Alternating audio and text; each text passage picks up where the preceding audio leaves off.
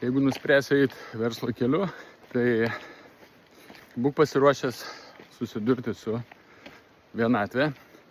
Ir tai yra normalu, nereikia to gąsdintis, todėl kad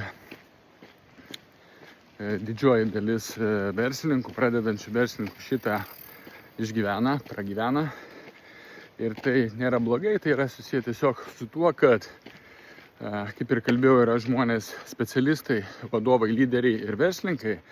Tai santykinai, procentaliai verslininkų yra mažiausia dalis. Lyderių vadovų didesnė dalis ir didžioji dalis pasaulyje žmonių yra specialistai. Ir mąstymas ir požiūris į gyvenimą verslininko ir specialisto yra smarkiai besiskiriantis. Būdamas verslininku, specialistų tarpe atrodysi ir jausis kaip balta varna. Ir kaip ir sakiau, tai yra normalu ir nereikia to gąsdintis. Ką daryti su ta vienatvė, kaip praeiti ją, kaip lengviau ją išgyventi, apie tai pakalbėsiu sekančiam video.